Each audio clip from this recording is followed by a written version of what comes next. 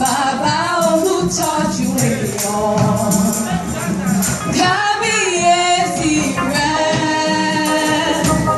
Jésù olùtọ́jú ènìyàn,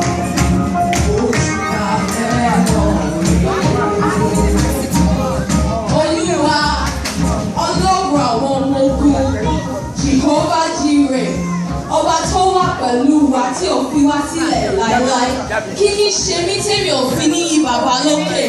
Ọba mi àrà, aláàfin ọ̀run, ọba mímọ́, ọba lónìí, ọba lọ́la, ọba tó mọ̀ní, ọba mọ̀ní, ọba mọ̀lá, ọba tí ò fi wá sílẹ̀, tí ò fi ìjẹ̀yà wá. Kábíyèsí o, bàbá mi tó.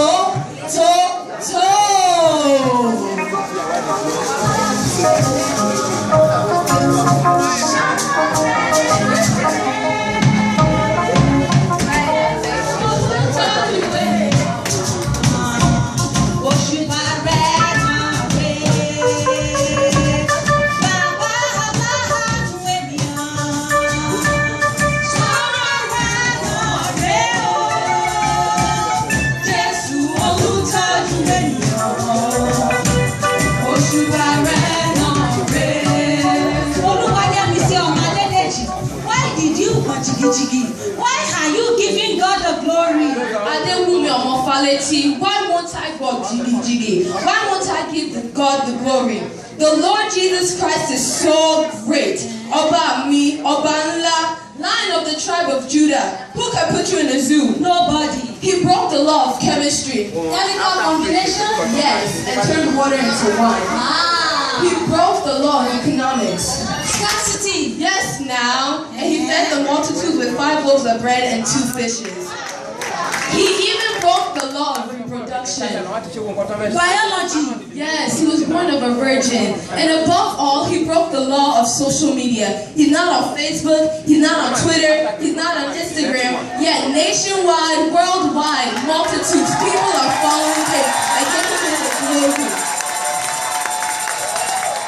The Ancient of Days, the Lily of the Valley, the King of Kings and the Lord of Lords. Ọba Woba, Kábíyèsí Kukusi.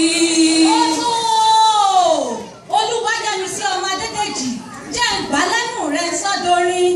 Olúwa Ọlọ́run mi, òun lọ́lọ́run rẹ̀. Ọba tó dá mi, òun ló dá ọ.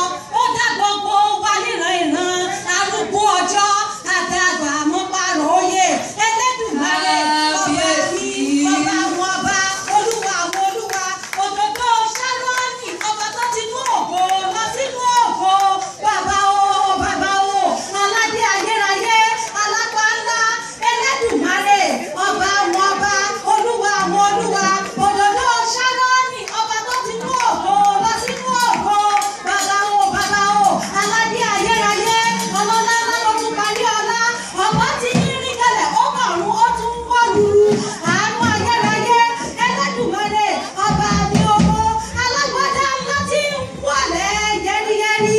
Àánú ayérayé, ọba mi ògo, ọba mi àrà, ọba mi àjíkí, ọba mi àjíkẹ́, ọba mi ògo, ọba tó ti mú ògo lọ sínú ògo. Kábíyèsí Elédùmarè o. Mímọ́ ọba ni mò ń ké sí, mímọ́, ọba tó ti wà nínú mímọ́ ká tó dá mímọ́, ó ti mú mímọ́ wá sínú mímọ́, àdá mímọ́ tán, ọba mímọ́ tún ń jẹ́ mímọ́ lọ. Kábíyèsí Elédùmarè o, bàbá mi, akọni lójú ogun, olúwa mi, aṣẹ́gun lójú ìjà, àríwọ̀n mọ́sà, apáwọn rò mọ́ jẹ̀bi, bàbá nílẹ̀, bàbá lójú ogun, àríwọ̀n mọ́sọ̀jọ́, ẹ̀rù Jésù yìí mọ̀ ń yá mi bàjẹ́jẹ́jẹ́. Kábíyèsí Elédùmarè o. Ilẹ̀ ń fọ́ ọba pé ọba o, ọba aláṣẹ ọba. Ilẹ̀ ń fọ́ ọba pé ọba o, ọba aláṣẹ ọba. Ọba tó tóbi àrọ́. Ọba o, ọba aláṣẹ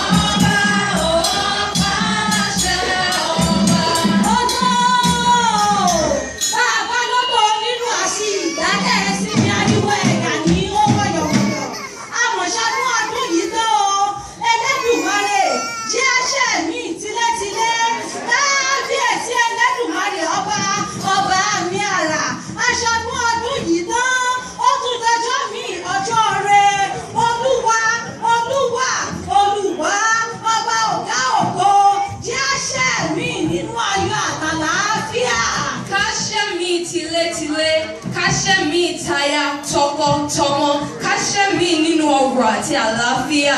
Bàbá ti ń lọ sínú ògo, ká máa tinú ògo bọ́ sínú ògo. Bàbá ti ń lọ sínú ògo.